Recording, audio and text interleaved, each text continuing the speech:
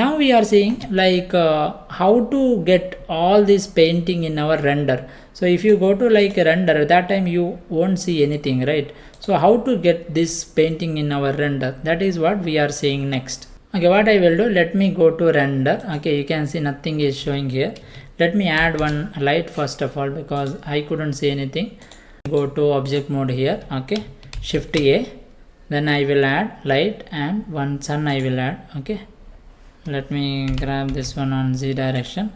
Let me rotate a little bit like this. Okay, like this, and if possible I will increase this one also, strength also. Now you can see nothing is added. It is not showing any vertex paint or anything. So how I can add it? So in order to add that one, first of all you should add one material to your object. So let me add one material first of all. Okay, and what I am doing, I am going to this shading. Okay, shading layout. So you can see this material 001 whatever I just created, no, it is visible here also. So if you want to add any vertex, you create the vertex, right? So if you want to add this color to your material, what we can do, that I will show you. In order to add it, like what you can do, you can add it using shift A. Okay, so I will hit shift A.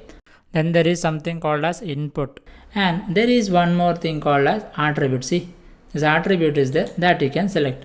So it will add one node here. Okay, so here what you can do, you can give the name of your color. For example, now what I will do, I will give this one as color, just color, the first one. Okay, and once after that I am just applying this one here.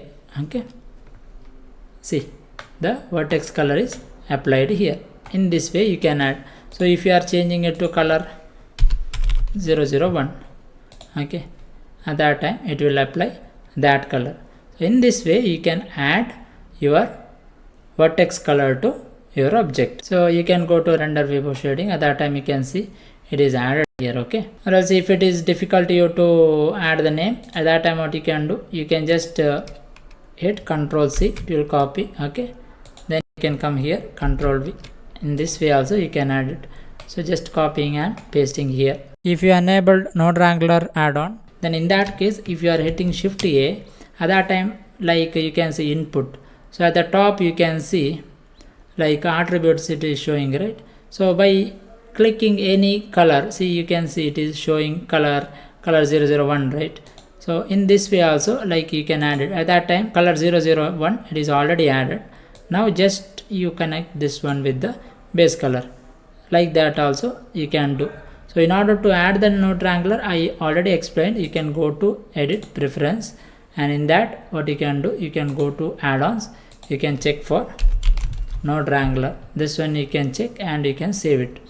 Okay, so in this way you can add the attribute. Okay, color attribute, whatever vertex paint you done, no, that you can add it to material. Now after applying this attribute to your material, no, then after this, if you are going to vertex paint, okay, what I will do, I will go to vertex paint and I just selected this one. I will select all. So by clicking A, you can see I selected all. On render viewport shading, you can see the color right now. So if you are doing any changes, for example, now what I will do, I will hit Alt and I will select this particular thing. Okay, and I will add some color, some other color I will add, some red color I will add. Okay, you can see I am just adding here, and make sure, see, there is one thing in our shading which is added, color 001, right? So this one is added, so that you make sure.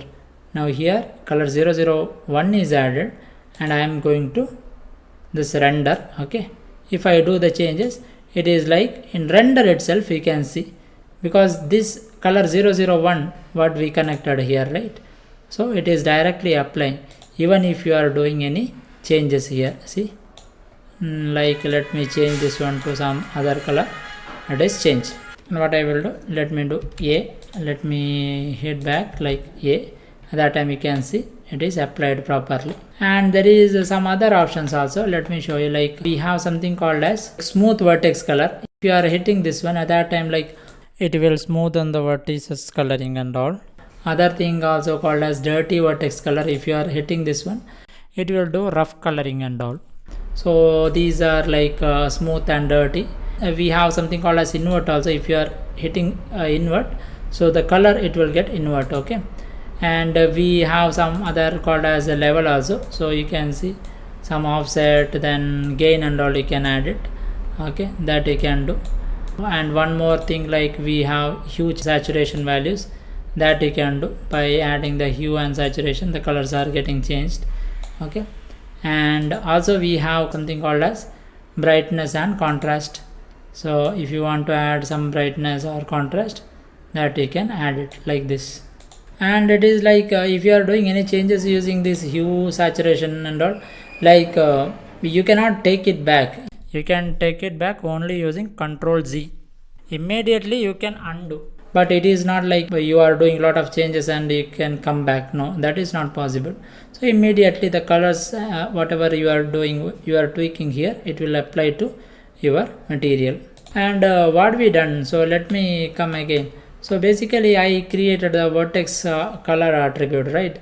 So after that I went to shading and I created a material. Then I just added the attribute. I just given the proper color name and color to base color I added. That's all.